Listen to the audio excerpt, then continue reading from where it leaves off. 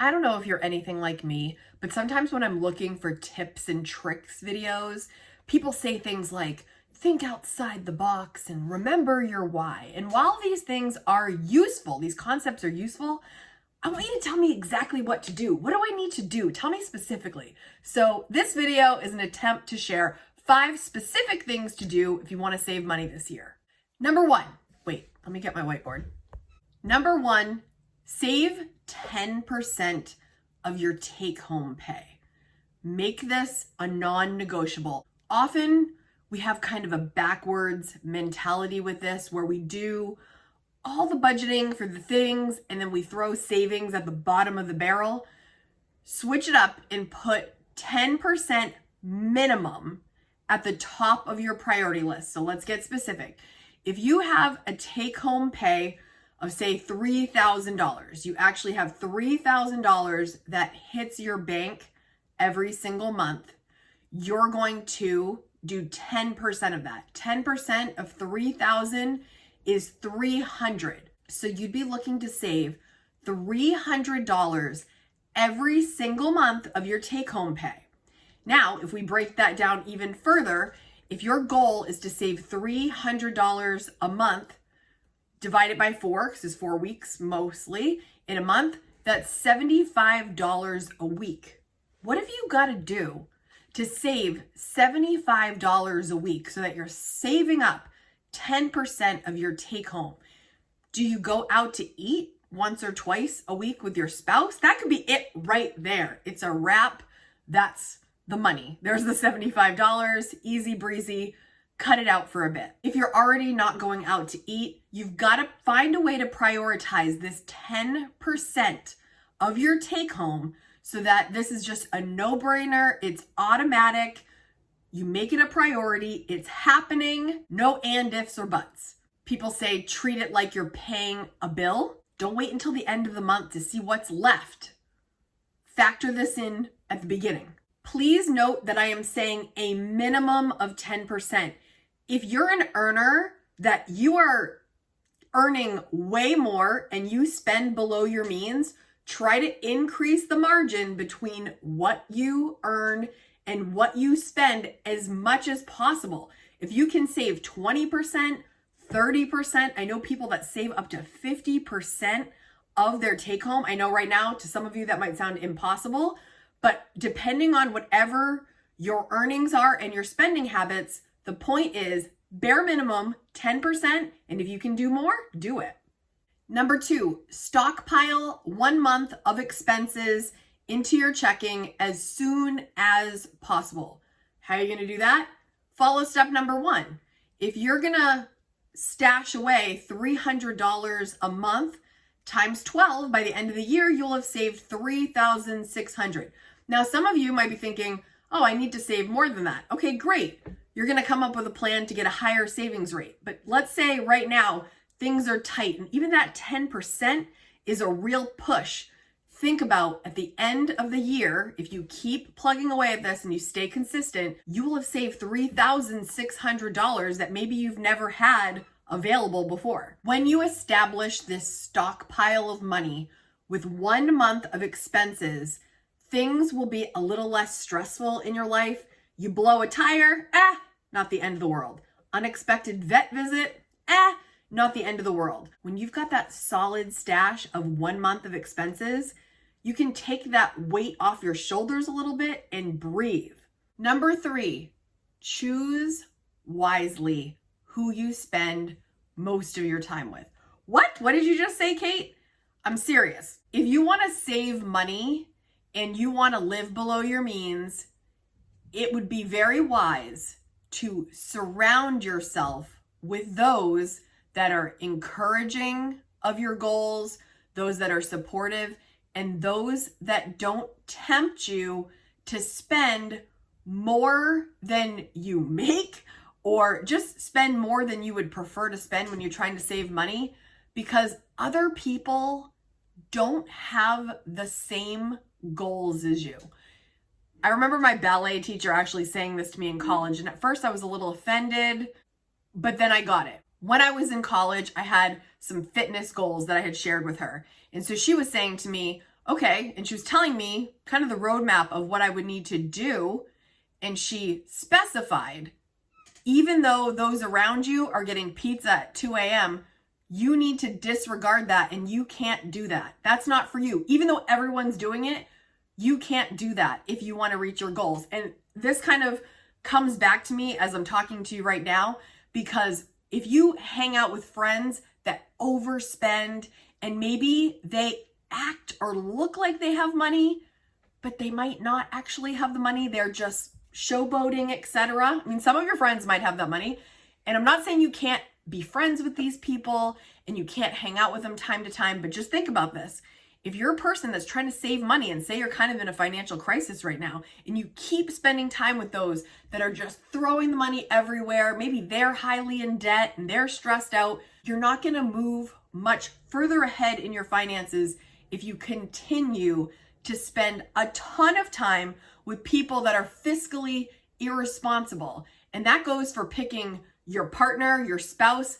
That's a huge deal, that you pick somebody that has similar goals to you that you don't have to fight with for the rest of your life over. I'm very serious about this. This does not mean, let me specify, this does not mean you can't have friends and family members that don't have the same goals as you. Of course you can. Of course you can. And you can spend some time with them. But if you're really trying to get serious about your goals, you need to either find a way to block out that influence that's coming at you all the time, or spend just a little less time with the people that make you spend out of control. Be selective who has access to you and your energy regularly. It does make a difference. Number 4, focus on solutions, not problems. It is very easy to get into this kind of deprivation, whiny, complainy mode when things are not going our way financially. But as Marie Forleo taught us, everything is figureoutable. A little while back, I did a video called Stop Making Excuses Why You Can't Budget and More. I'll leave it on the end screen if you want to check it out. This book is awesome. Again, her name's Marie Forleo. I'll leave a link in the description so you know which book I'm talking about, so you can check it out of your local library. That's where I borrowed it from. And I was just like, this is awesome. It's something her mother taught her when she was younger. She was like, Mom, because her mom just always seemed to figure it out. Do you have those people in your life? Let me know in the comments. Do you have a person in your life like they just figure it out? Even though sometimes the world feels like it's coming down, they find the solution and they make it happen. Marie Forleo's mom taught her, hey, everything is figureoutable. And that stuck with her. And she wrote this phenomenal book. Check that out. If you are ever in that mindset where you're like, I don't know what to do. Listen, when it comes to finances, I'm going to tell you, it's usually one of 3 things that is the solution. That is either earn more, spend less, or do both. Think about it. In the end, that's what it's going to come down to. Do you need to make more money? Do you need to spend less money? Or can we do a combination of the both to solve this problem? Don't get stuck on problems. It's so easy to do. Focus on solutions. Marie told us everything is figureoutable, and I think that's true. I have spent so many hours, you guys, complaining about a situation and wasting so much energy on the problem and spinning my wheels and wasting my time. I'm done with that. I'm done with it. Focus on the solution, not the problem. Get it done. Move to the next thing. Sometimes the solution is more simple than it seems. Number 5, and this is very specific, avoid debt at all costs. There's this phenomenal book that I have read. It's The Simple Path to Wealth by J.L. Collins. And one of my favorites, Mr. Money Mustache, wrote the foreword. Are you guys familiar with Mr. Money Mustache yet? If you're not, check him out and let him know I sent you. I feel like he's like my new, not my new Joshua Becker, please. You guys know my fondness for Joshua Becker. He's my minimalist person. And then I feel like lately I've really come into just loving content from Mr. Money Mustache. I have for a while, but it kind of, you know, things ebb and flow. And I've been watching like every single interview he's ever done. And I'm just like, gosh, this guy has got it. And he's had it. And just visit him sometime. You can visit him on his channel on YouTube or on his blog. Tell him I sent you because he's phenomenal. J.L. Collins says, avoid debt at all costs. He says carrying debt is as appealing as being covered with leeches and has much the same effect.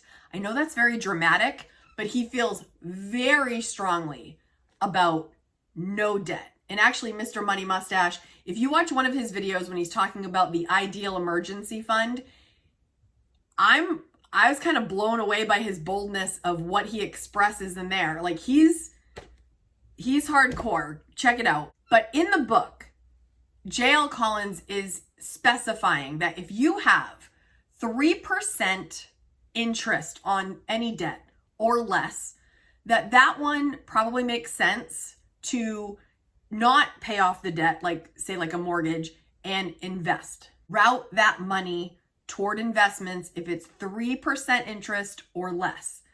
The next thing he shares is if the interest rate on a debt is between 3 and 5%, this is kind of up to you what you're comfortable with. He says you can either go for it and crush it or, you know, take a little bit more time. He then says if you have an interest rate on a debt that is 5% or more, pay off ASAP. When you think about the average credit card interest rate, I think right now it's between like 21 and 25%. So say you have $1,000 debt and you're paying 5%. I hope I'm doing my math right. That's like $50 a month that you're paying on that $1,000. So you have $1,000 debt, you're paying $50 extra a month just to hold that debt. That even bothers me. But think about even worse. If you have $1,000 credit card debt and you are paying 20%, you are paying $200 a month to hold that debt. It blows my mind. It makes me feel like tight in the throat, in the neck, in the chest. No, thank you. And now the homework. Leave me in the comments. This is quick homework. Leave me in the comments one specific thing that you are implementing this month to save money. Be as specific as possible. We love to read the comments, see what you're up to, see if we can adopt your habits as our own. Now I'm gonna leave you that video we talked about earlier. Everything is figureoutable when I talk about that here. And I'm gonna leave one more right here, another video that I think you'd be very interested in watching next. Thank you guys so much for watching. I'll see you next week. Bye.